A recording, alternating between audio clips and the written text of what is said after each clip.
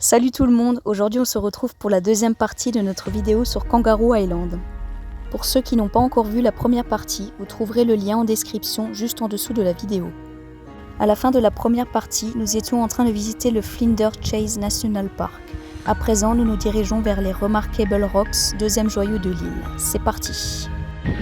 Bon, on va voir le deuxième joyau de cette île. Voilà, les Remarkable Rocks. On a vu de loin, c'est vrai qu'ils ont une forme assez bizarre. J'espère qu'il n'y a pas trop de monde. On va aller voir ça. Bon, Tristan va vous expliquer en quoi consiste ce magnifique endroit. Enfin, ce qu'il pense, bien sûr.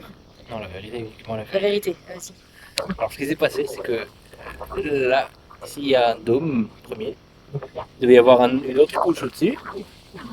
Et au fur et à mesure des années, des millions d'années, il devait y avoir du sable par-dessus. Ça s'est érodé avec le vent, jusqu'à obtenir ça.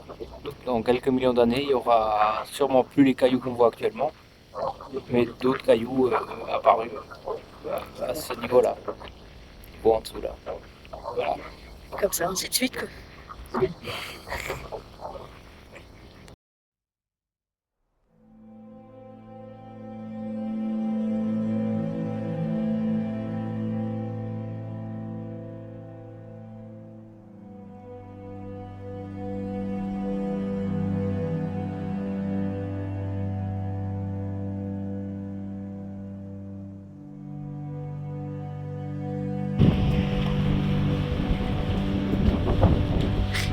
C'est un truc de malade, c'est immense.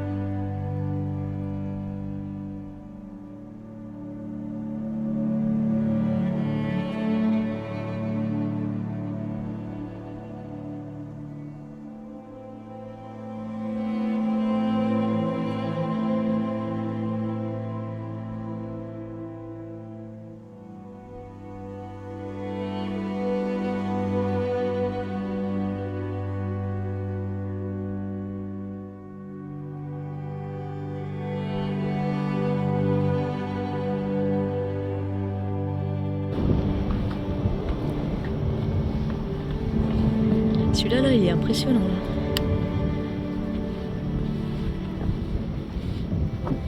Et dire que ça va disparaître un jour.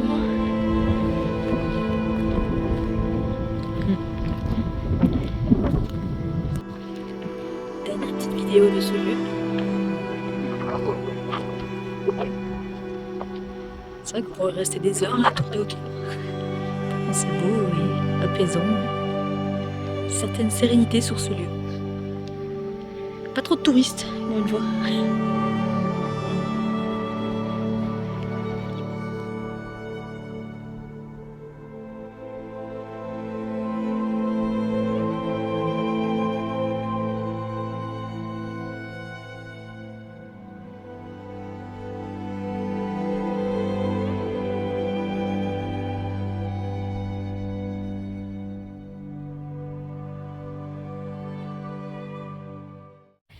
Ok, ça y est, du coup, on est dans le sanctuaire.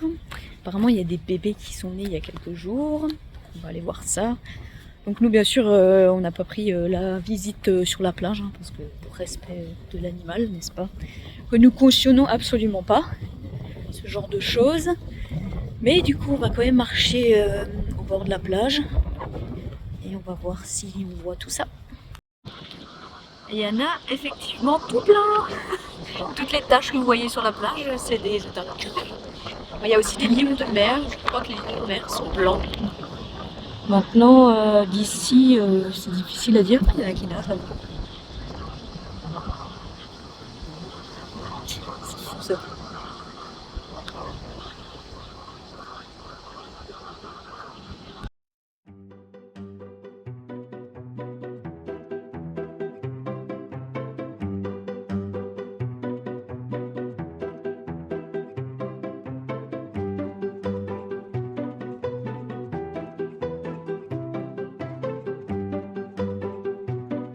Les lions de mer australiens se reproduisent uniquement sur les côtes sud de l'Australie.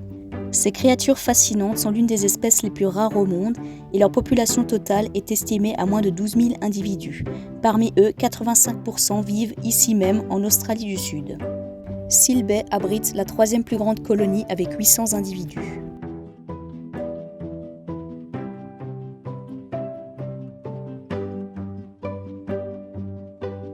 Ils se nourrissent uniquement en mer où ils chassent les poissons, les calamars et autres animaux marins.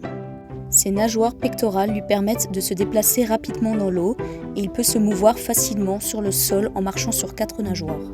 Le cycle de reproduction est le plus original. La durée de gestation est de 18 mois, mais la période de mise bas varie selon les colonies. Elle s'étale sur 5 à 7 mois et peut même atteindre 9 mois à Seal Bay sur Kangaroo Island. Quant aux mâles, eux, ils n'ont pas de territoire particulier pendant la saison de reproduction. Dès leur plus jeune âge, ils se battent entre eux pour établir une hiérarchie, et les mâles dominants auront le droit de s'accoupler avec les femelles. Donc là, il y a un ancien squelette de baleine. Je sais pas de quand il date, il faudrait que je trouve la date. Voilà. Et en fait, du coup, les otaries et lions de mer, ils ont un cycle de gestation qui dure 18 mois. C'est l'un des cycles les plus longs. C'est propre aux otaries et aux lions de mer. Et du coup, ils donnent naissance aux petits dans les petits trous là. On voit dans le sable et dans les rochers. Et du coup, les femelles restent toujours ici. Et les mâles, eux, se promènent dans les différentes colonies pour pouvoir assurer la survie de l'espèce. Voilà. Explication rapide.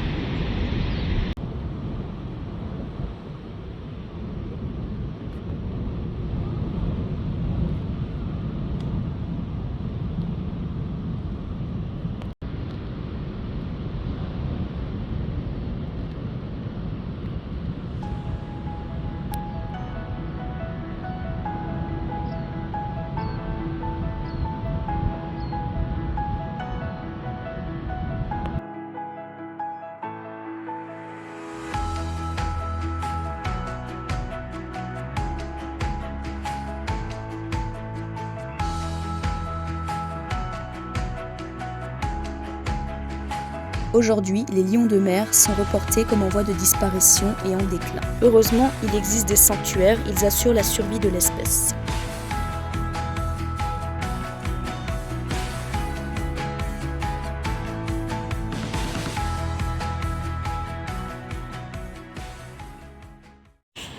Le camping du jour. Il est juste derrière nous. Et là, on a juste 100 mètres à pied pour arriver jusqu'à la plage. C'est mignon. Du coup, moi, j'ai pensé à mettre des tongs, mais pas Tristan. Du coup, il faut qu'il fasse tout le tour parce qu'il faut traverser la petite rivière. Bon, je crois que ça va être froid. Oh, punaise. Alors, ouais, vous ne voyez pas beaucoup nous baigner, mais il faut savoir que l'eau, elle est froide. Mais quand je vous dis qu'elle est froide, et en fait, il y a toujours un vent froid. Et ouais, du coup, pas trop envie de se baigner. Hein. Ah, je crois que mardi, il y a le 30 degrés, donc peut-être que mardi, ça ira mieux. Oh, rien que là, j'ai les pieds congelés. Bon, alors c'est sûr que je vais pas me baigner ici, perso. En tout cas, c'est joli. Hein. Mais ouais, elle est bien agitée. Hein. Le vent, il est froid. Oh. Bon, je retourne dans mon petit bassin. Là où l'eau elle est chaude. Donc là on a notre maison là. Et là dans l'arbre il y a un koala. Regardez, il est juste là. Ouais. Et dodo. Décidément on aura tout vu sur cette île. Petit koala.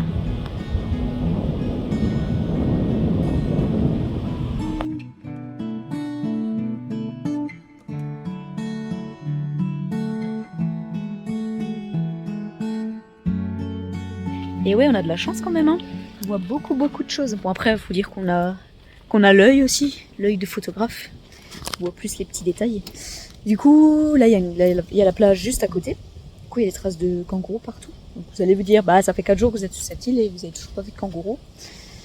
Donc, comme ils sortent, oui, on en a vu, mais on n'en a pas encore photographié. Ouais, on a failli en taper un sur la route, c'est vrai. Ouais, du coup, comme ils sortent au coucher du soleil, on va aller voir quand le soleil sera un peu plus couché au niveau de la baie, pour voir si on les voit sur la plage. On va essayer de vous faire des petites photos et des petites vidéos, si on arrive. Ouais, comme dit là, juste devant notre emplacement, il y a des traces aussi. Donc... Après, hier soir, on en a entendu pas mal aussi dehors. Donc, ouais, bon, après, la nuit, c'est compliqué, mais... Ouais, je vais voir ce que je peux faire. Bon, comme promis, coucher du soleil, on allait sur la plage. Et ben, c'est mort, hein. Je sais pas où ils sont. En plus, j'ai sorti la doudoune. Le vent, il est froid. En plus, il fait vraiment pas beau. Ouais, bon, je suis désolée, hein, mais pas encore pour aujourd'hui. Hein. Il reste encore 3 jours, on aura encore un peu de chance.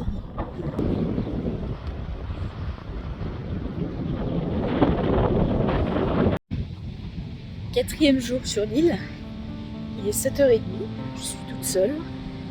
Et je me suis dit, je vais faire un petit tour sur la plage pour voir s'il y a des animaux. Je pense que je suis un peu trop tard déjà. Ouais, désolée. Je suis pas réveillée avant. Mais en tout cas, le paysage, il est joli, il n'y a personne. Je vais vous montrer.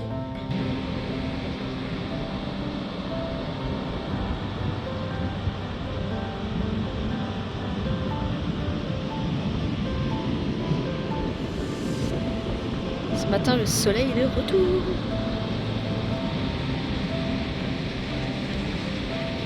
Allez, c'est parti pour cette 4e journée.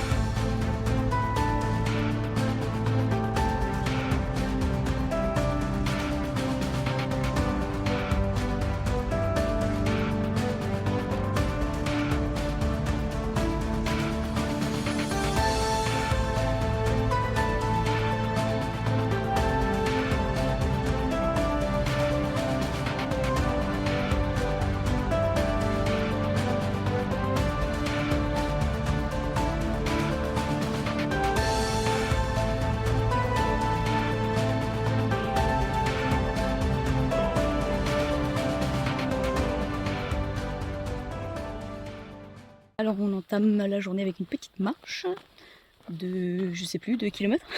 Je sais plus.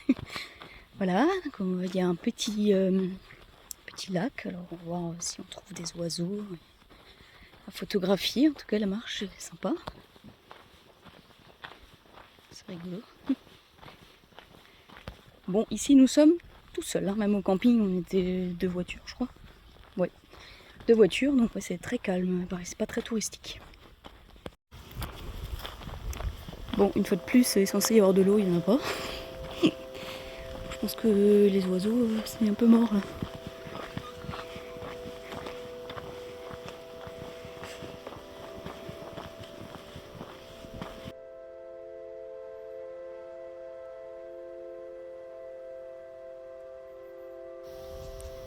On a la vue sur le lac.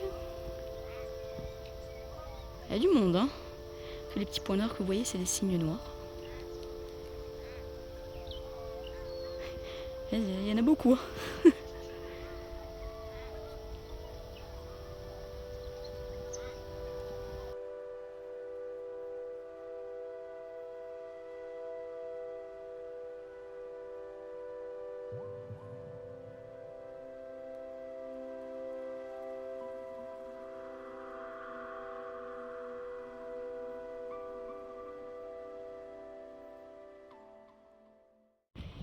Bon, là, on vient d'arriver au camping.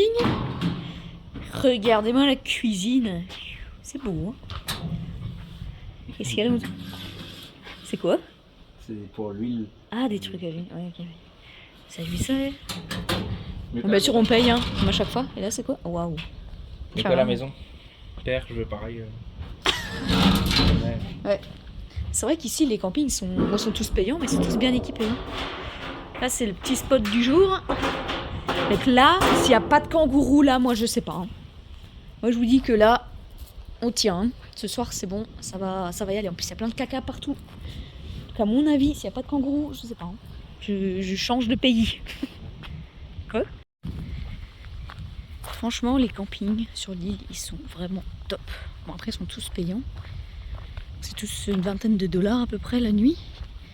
Mais je pense comme tout a brûlé il y a 4 ans, ils sont tous neufs et du coup ils sont tous vachement bien faits. Que nous on est là. Voilà. Peut-être aurons-nous de la compagnie ce soir. Mais non franchement tout est propre, tout est vraiment en bon état. Vraiment chouette.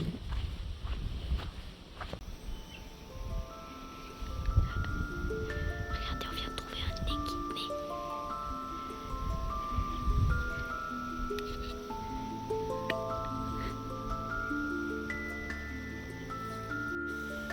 Elle est juste à côté de la maison. On n'arrive pas à voir la tête.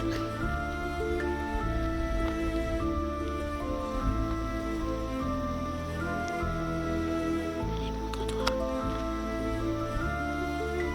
Je vois que je vais de l'autre côté, il se retourne. Ça y est. Un mix entre un hérisson et un fourmilier qui pond des œufs. L'équidné est un petit animal étrange et à part comme l'ornithorynque qui ont la particularité de pondre des œufs mais qui allaitent ensuite les petits. Il se nourrit essentiellement de fourmis et termites qu'il capture avec sa longue langue visqueuse à la manière des fourmiliers. Son corps est recouvert de solides piquants et quand il se sent menacé, il se roule en boule et s'enfonce dans le sol. Il existe en tout 3 espèces d'équidnés, une en Australie et les 2 autres en Papouasie-Nouvelle-Guinée. On les trouve un peu partout en Australie, dans les zones arides et désertiques jusqu'aux forêts chaudes et humides. Il mesure entre 35 et 50 cm de long pour un poids de 2 à 7 kg et peut vivre une dizaine d'années. En ce qui concerne l'équidné australien, malgré la présence de la plus grosse puce au monde, 4 mm, ses effectifs sauvages semblent relativement stables. Du coup, le soleil vient de se coucher. Et du coup, vous avez pu voir, on a vu un équidné du coup. Et toujours pas de kangourou. Hein. On va essayer de voir dans le champ un peu à côté. Par contre, du coup, il y a des moustiques. C'est horrible.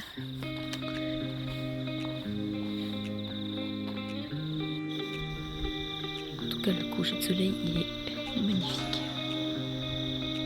Alors, vous voyez, on est entouré de champs. Donc là, théoriquement, c'est l'heure où ils sortent. Il n'y a toujours rien. C'est un truc de fou, ça. Finalement, c'est quand on cherche trop qu'on ne trouve pas et finalement, vous voyez, sort la voiture, tu vois un équidné qui se promène. Là, c'est magnifique, là. Bon, bah écoute, je suis désolée, hein, mais... Du coup, là, on vient d'arriver à une distillerie d'huile d'eucalyptus. Donc, on va aller visiter et voir un peu comment ça se passe. Parce que du coup... peut être intéressant. Là, c'est la machine pour récolter. C'est sur base d'une ensileuse pour ramasser du maïs à la base. Et là, du coup, il s'en sert pour ramasser de l'eucalyptus. Donc, ça rentre par devant, c'est broyé et après ça ressort dans l'espèce de remorque. Après, la remorque est mise là-dessus, donc retournée et mise là-dessus. Ça, c'est sur un feu qu'on voit en bas qui va chauffer les feuilles d'eucalyptus et du coup ça va créer de l'humidité qui va condenser et donc l'humidité, la vapeur est condensée, ça va se séparer de l'huile du coup qui flotte et l'eau qui va retourner dans la cuve. Emuridge, c'est une entreprise familiale créée dans les années 1991. Larry, le propriétaire, est l'un des derniers cultivateurs d'eucalyptus d'Australie, utilisant des produits chimiques libres, naturels et durables. L'espèce d'eucalyptus utilisée se trouve uniquement sur Kangaroo Island. C'est pour cela qu'elle est unique au monde. Il existe en tout plus de 1000 variétés d'eucalyptus dont seules 10 sont utilisées pour faire des huiles essentielles. C'est Larry qui a entièrement construit son propre système ainsi que sa propre machine qui lui permet de récolter mécaniquement l'eucalyptus. Jusqu'en 2014, tout était entièrement récolté à la main. L'huile essentielle d'eucalyptus est très polyvalente. Elle peut servir de désinfectant et nettoyant dans les maisons, mais aussi également en tant qu'antiseptique et décongestionnant lorsque vous êtes malade. Mais attention, les huiles essentielles peuvent être dangereuses pour la santé. Demandez toujours l'avis d'un professionnel en pharmacie ou en magasin spécialisé avant toute utilisation. L'entreprise produit également de l'huile d'émeu. Pour en savoir plus, n'hésitez pas à leur rendre une petite visite. Là, on est de retour à la première plage que nous avons visitée en arrivant sur l'île. On va rester là les 2 prochains jours. Du coup, là, on est mardi, on va rester là jusqu'à jeudi matin. Jeudi matin, on a le ferry. De base, je voulais rentrer du coup demain, mercredi, mais il n'y avait plus de ferry. Bah, du coup, on va se poser là et profiter. On va voir si on peut se baigner. Parce que aujourd'hui, il fait chaud, il fait beau. À mon avis, la mer, pas très chaude. Voilà, du coup, demain, on va profiter pour faire quelques petites bricoles. Et puis voilà, profiter simplement, on ne va pas faire grand-chose. Bon, moi, je suis désolée, j'y vais pas, hein, c'est trop froid. Tristan, il y va. Moi pas. Ah non, ça c'est... Non, elle est froide. Hein. T'y vas? Bon bah voilà, un Tristan courageux. Ouais. Ah non, ouais, j'hésite hein, mais... Ouais. J'aime pas trop quand c'est froid. En tout cas, la vue est très jolie. Au moins là, c'est sûr que tu peux nager tranquillement. Pas un chat.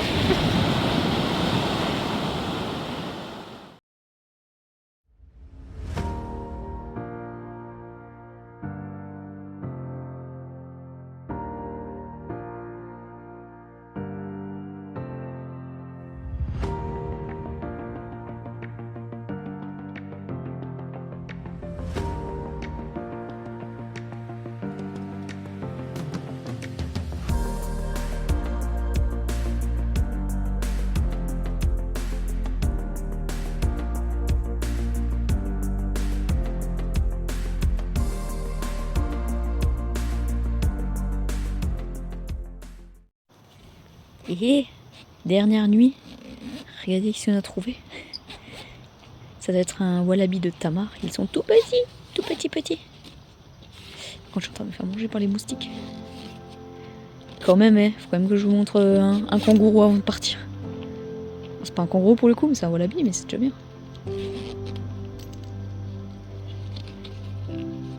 C'est tout petit, c'est fou ça, c'est la première fois qu'on en voit des comme ça.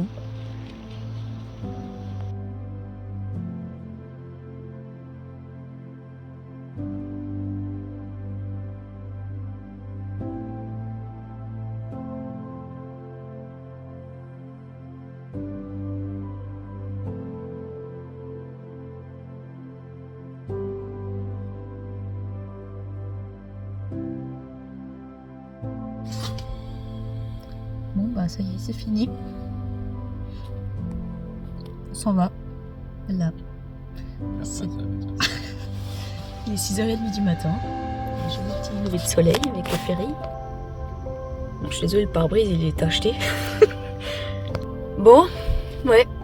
Toutes bonnes choses ont une fin. Petit conseil, ne roulez jamais quand le soleil se lève ou se couche.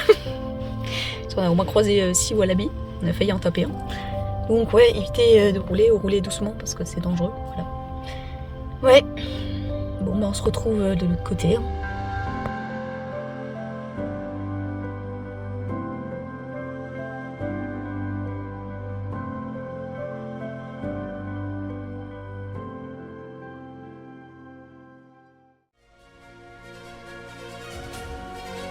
Le retour fut très mouvementé, pas de vidéo de fin pour moi malheureusement, j'étais bien trop malade.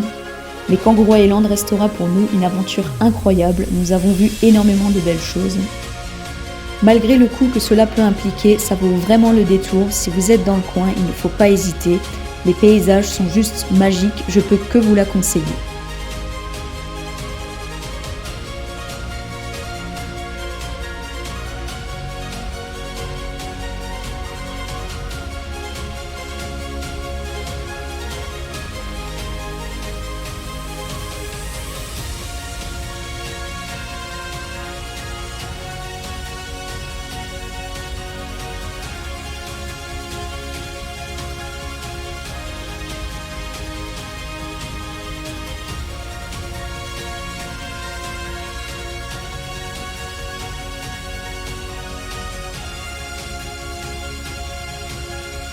En tout cas, nous en garderons un merveilleux souvenir.